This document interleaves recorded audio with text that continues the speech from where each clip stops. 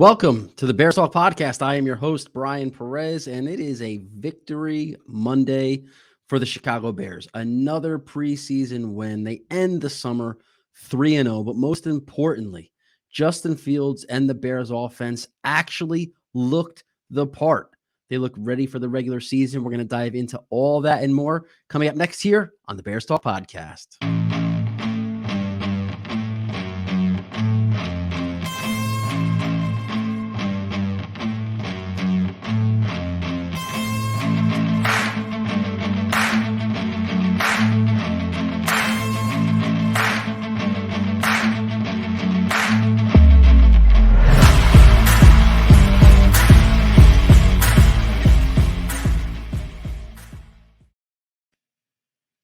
Any conversation about the Chicago Bears preseason win Saturday night over the Cleveland Browns begins, it's in the middle, and it ends with Justin Fields, right? The franchise quarterback, the first-round pick from the 2021 NFL Draft, who all Bears fans view as the savior of this franchise, actually stepped up in a big way and looked every bit the part of one of the NFL's best young quarterbacks. He's been under a little bit of criticism over the last couple of weeks because he's looked still a little slow to develop.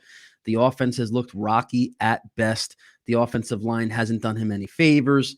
The talking heads have continued to point out all the issues that Chicago has at the skill positions.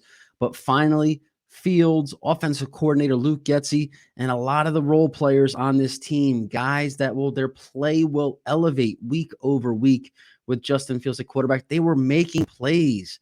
Guys like Cole Kmet, guys like Dante Pettis, who we're going to get into in a few minutes.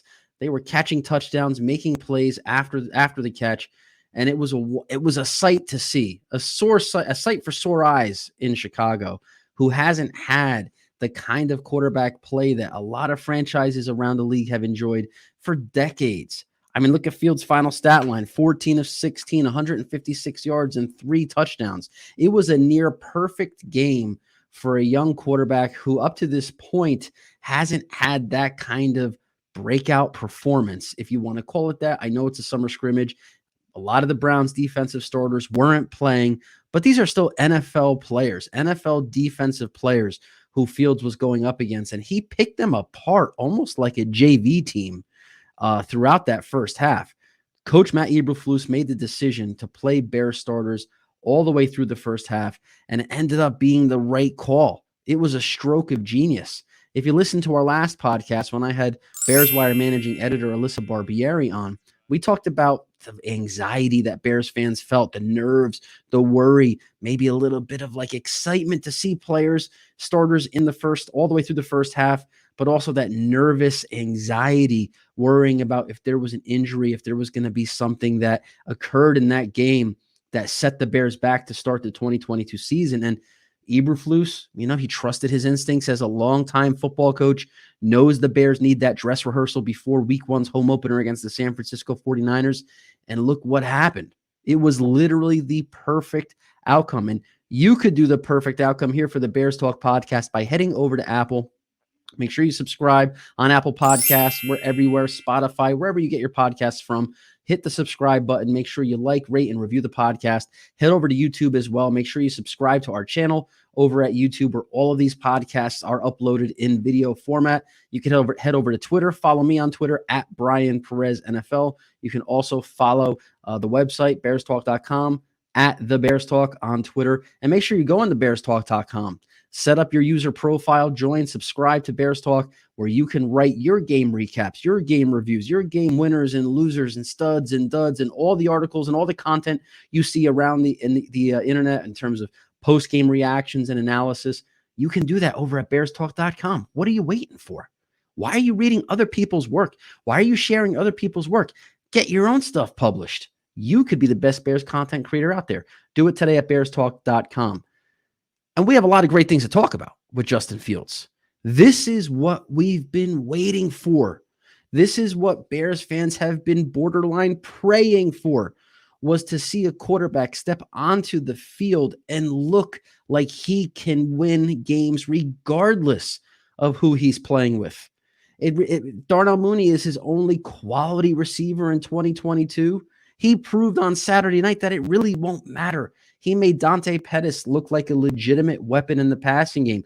He made Cole Kmet look like a big-time playmaking tight end, which maybe he will be. But up to this point, he hasn't been that guy. He even made backup tight ends and guys known for their run blocking look like they could be playmakers. And that happens when you have a quarterback who strikes fear into the defense because of his multifaceted skill set. Justin Fields, we all know his scouting report. Justin Fields can make plays with his right arm and he can make plays with his legs. And when you have a defense that has to respect both of those skills, both of those traits, it opens up second and third level throws because the defense starts cheating up. And what Luke Getsy did on Saturday night, which was such a refreshing thing to see, was he got Justin Fields on the move. He got Justin Fields outside the pocket. He actually emphasized that threat to run, something we did not see at all in Justin Fields' rookie season with Matt Nagy calling plays. We all know what a disaster Matt Nagy was as a play caller. And what in one preseason game, in 2 quarters of preseason football, we saw before our very eyes just how bad Matt Nagy actually was. Look at the skills that Justin Fields put on display that were really allowed to show through. Luke Getsy allowed Justin Fields to be the special player he is because of the play design, because of the play calls, because he's structuring this offense around what Justin Fields does well. It doesn't take a rocket scientist to know. You take an athletic quarterback, you put him on the move, you make defenses guess, is he going to run or is he going to throw? The touchdown play to Cole Kmet is the perfect example. Justin Fields rolled outside the pocket. He could have run. He actually directed Cole Kmet to go downfield because he could tell the defense was cheating up, and it was a layup touchdown pass to Cole Kmet. And there's going to be a lot of those this year. That was just an example of the untapped potential that could be unlocked in Chicago. You hear Colin Cowherd last week calling the Bears a team stuck in the 1950s because they haven't built around Justin Fields by giving him these skilled players. You hear Mike Martz last week saying the Bears have one of the worst collections of offensive skill talent that he's ever seen, as bad or worse than the 0-16 Lions from several years ago. It's ridiculous. It's nonsense. Go back through NFL history, and one of the things you can see that's a common and consistent theme across all the great quarterbacks is that they actually elevate and make the wide receiver. And little disclaimer here, I'm by no means going to compare Justin Fields or suggest Justin Fields as Peyton Manning or Aaron Rodgers or Tom Brady. But look at those guaranteed Hall of Fame quarterbacks and the situations that they've played in throughout their NFL careers. Peyton Manning had a cast of wide receivers that he always had, maybe that Reggie Wayne, maybe that Marvin Harrison, a legit wide receiver one. But then all the other guys he threw to were collections of Brandon Stokely types. He made every receiver who stepped through the doors of Indianapolis and Denver, he made them better players because of the level of quarterback that he was. Aaron Rodgers has had an interchangeable cast of characters come through Green Bay. And yes, Davante Adams was considered the best receiver in the league over the last couple of years, but we'll soon find out now that he's in Vegas if his reputation was inflated a little bit because he played with Aaron Rodgers. Because there's a lot of guys that preceded Davante Adams who weren't really anything special outside of Green Bay. Antonio Freeman, Robert Brooks, Jordy Nelson. Aaron Rodgers has been able to make guys better probably than they would have been anywhere else because he's an elite quarterback. Tom Brady has did it in New England when he had Wes Welker and then a Julian Edelman. And look what happened in that magical season when he got Randy Moss and he was able to break all kinds of records with Randy Moss. Before Moss, all these other guys that came through New England were pretty much propped up because of the level of play that Tom Brady provided. New England didn't have a cast of all-stars at wide receiver, aside from maybe that one and a half level guy, that Wes Welker, Julian Edelman, and then a cast of characters behind them. Why can't Justin Fields be that same type of player where he has his Darnell Mooney as his wide receiver one and a collection of players like Equanimus St. Brown, a Byron Pringle, a very good pass catching tight end, on the upward trajectory in Cole Kmet. To suggest that the Bears have failed Justin Fields because they have not given him some high-priced early round draft pick at wide receiver, just to me ignores the history of good quarterback play around the league. Great quarterbacks haven't always required elite wide receivers. And the consistent trend is that the receivers that come through programs that have a great quarterback tend to have career years or big seasons or produce better than they did before or after they left the those situations where they had that franchise quarterback. So we could see a guy like Byron Pringle become a 900-yard receiver because Justin Fields' playmaking ability and arm talent allows him that extra tick or two to get open that if he didn't have that, yeah, maybe he'd be just the guy. We could see Darnell Mooney, who might be a traditional 1,100-yard receiver, maybe he becomes a 1,350-yard guy because of that tick or two that Justin Fields gives him to get open. Cole Kmet could realistically be an 800-yard tight end. He realistically could score 6 to 8 touchdowns because a guy like Justin Fields is going to put him in situations to take advantage of a defense that maybe that extra tick or two is all it takes for Cole Kmet to gain that separation, to score that touchdown, to become a player that next year this time might become overrated.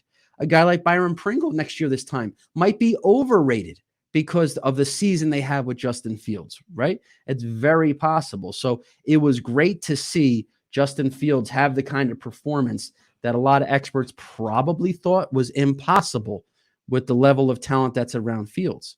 And part of why Justin Fields did well is because we saw a bubble wide receiver, a guy on the roster bubble. We're going to get into some of these names now of players who are on a roster bubble. A guy like Dante Pettis, who I said when the Bears brought him in for a workout and when he was signed, that this is not just an under-the-radar signing. This is not just a blip on the transaction wire. This is something that Bears fans have to pay attention to because Dante Pettis is a guy with talent. Dante Pettis, a former second-round pick, a former playmaker with his rookie season with the San Francisco 49ers, where you ask anybody who maybe was a fantasy football impact, but that rookie season that Dante Pettis had, I believe it was 2018, he looked like the next guy who's going to be a week in and week out field flipping playmaker. Maybe not an elite wide receiver one. Nobody would have confused him for that. But he looked like a player who absolutely belonged. He belonged in a starting lineup.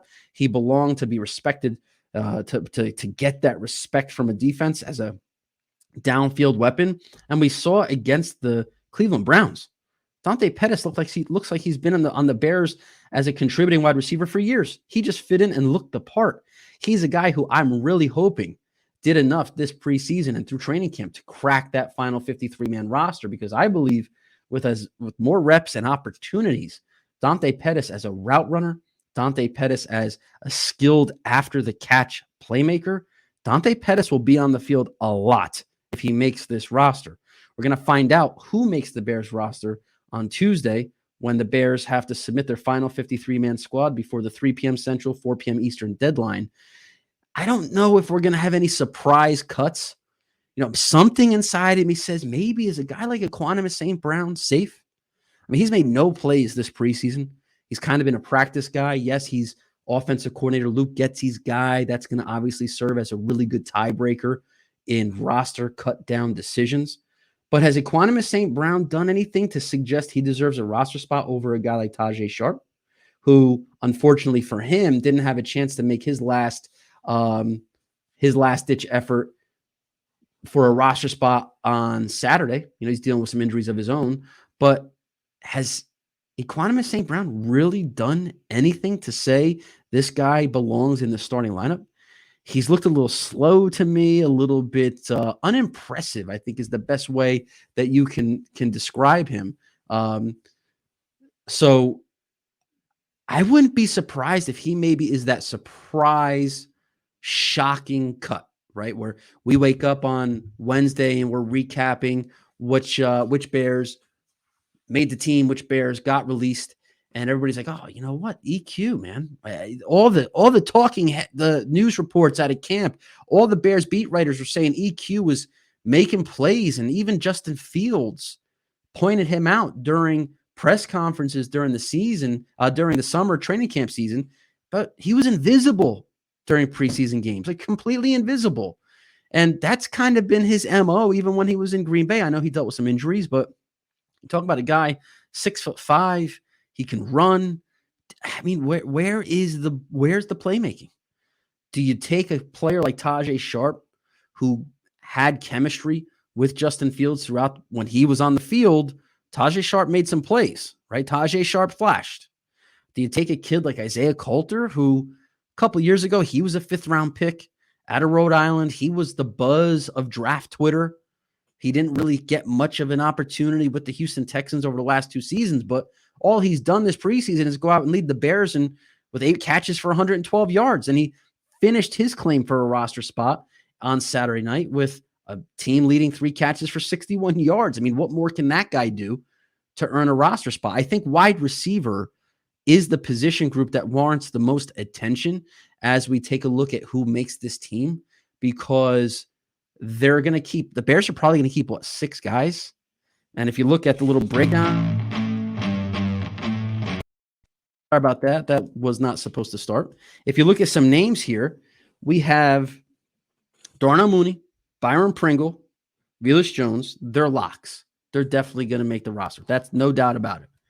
Then you have, in my opinion, the bubble guys: Equanimous St. Brown, Dante Pettis, Isaiah Coulter, and Tajay Sharp. I'm not a math guy, but if we're keeping 6, Mooney, Pringle, Velus Jones is 3, EQ, Pettis, Tajay Harp, and Coulter, that's 4. Somebody's not making this team. There's going to be somebody giving walking papers. Now, the argument most likely is Coulter will get the pink slip and be brought back on the practice squad. That's a possible outcome for a guy who's done everything he could do to stay part of the organization beyond the final cutdown day. And if you get a guy like Coulter stashed on the practice squad, you can call him up at any time. And, if the wide receiver room is underdeveloped, underperforming, someone like Coulter could come in and maybe light a spark like he's kind of done this preseason. I think Pettis is on the team. I think Pettis earned a roster spot. He offers something that these other guys don't necessarily provide, which is kick return ability as a punt returner. Dante Pettis has more that he can bring to the table than EQ and Tajay and Isaiah Coulter. So I think Pettis, you bump him up as that number 4 lock to make the team. You look at any depth chart across the internet, and Equanimous St. Brown is listed as a starter. So and he's been, like I said before, he's been talked about with such praise and glowing remarks from the offensive coordinator and Justin Fields throughout training camp that it's hard imagining a reality that he won't be on the roster. But I wouldn't be surprised if he's a surprise cut.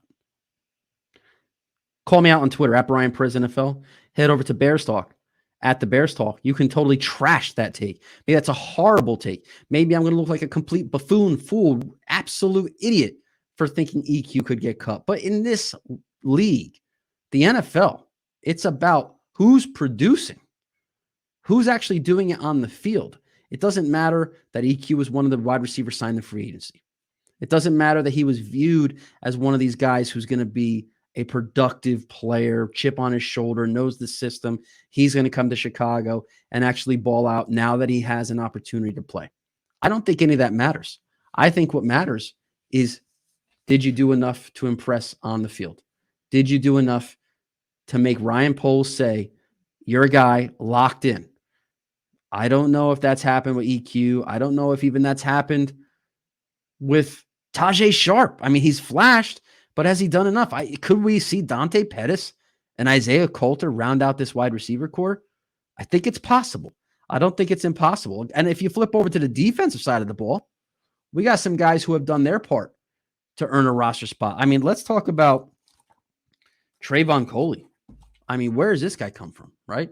Talk about an under-the-radar signing late in the process. A guy who's got some NFL experience, a guy who, for one reason or another, hasn't played a lot of football over the last couple of seasons.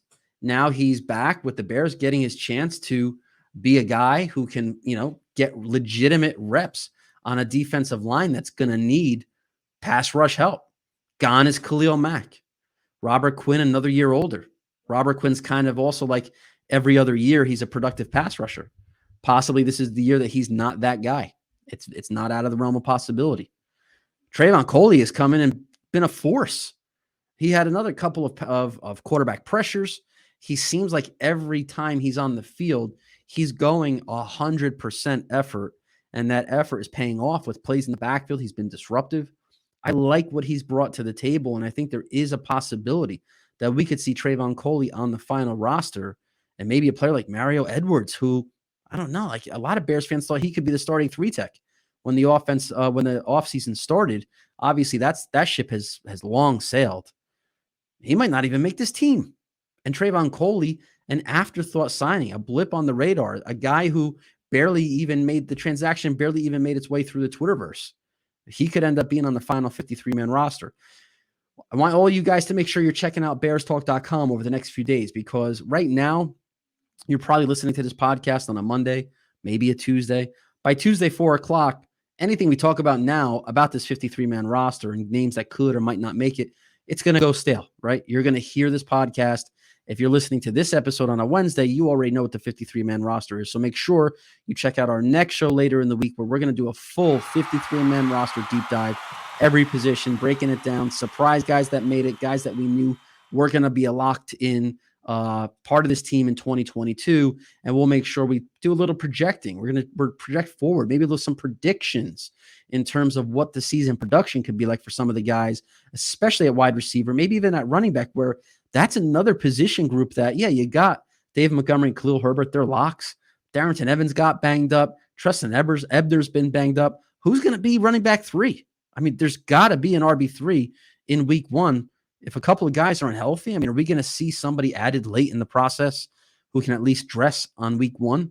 If not, to me, obviously, Ebner's outplayed Darrington Evans just in the eyeball test.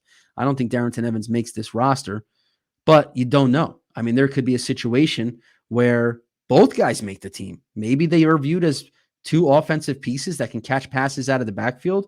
And when you have a wide receiver room that's in flux like the Bears is, you could see the Bears and Ryan Poles decide, hey, look, let's keep playmakers on the roster, guys who we know can be check down options.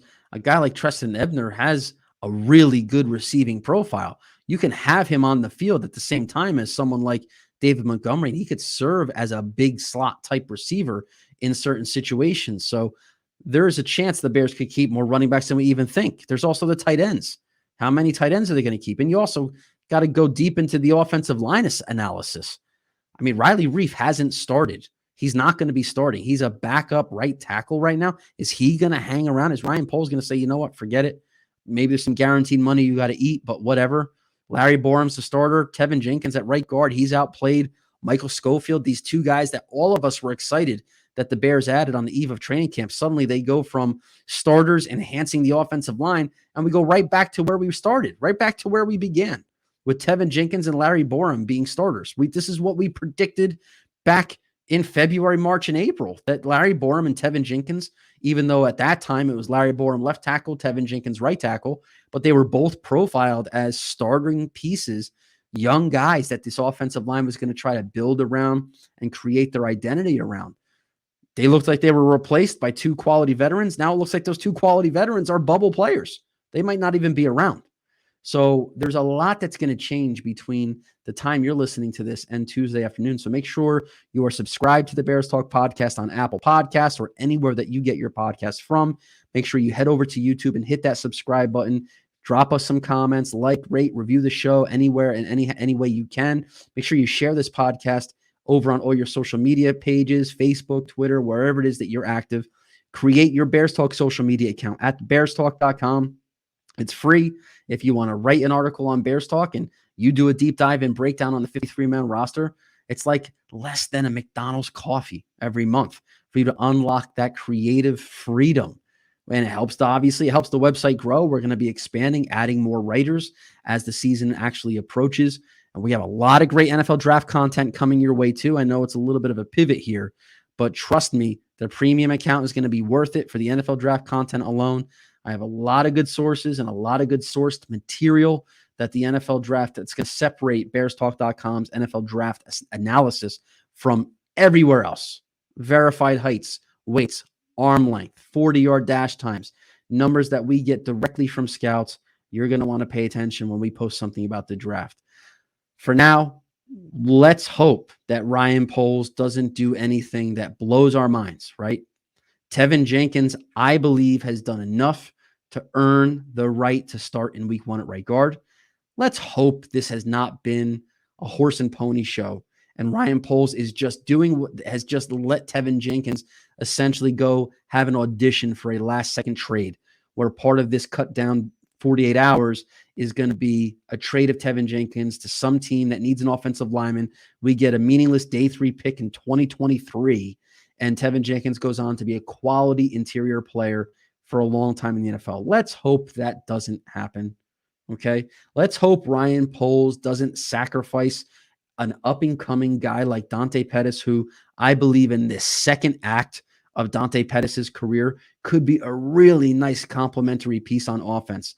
Let's hope Ryan Poles keeps him around at least for the first month of the season. Let's see how he does with this new opportunity to catch passes from Justin Fields. I think we will be pleasantly surprised with the level of production Dante Pettis actually puts out there on the field. Let's hope a player like Trevin Coley, who, I mean, look, if the objective is prove yourself on the field, work hard and prove yourself on the field, and you'll have a chance to make this team.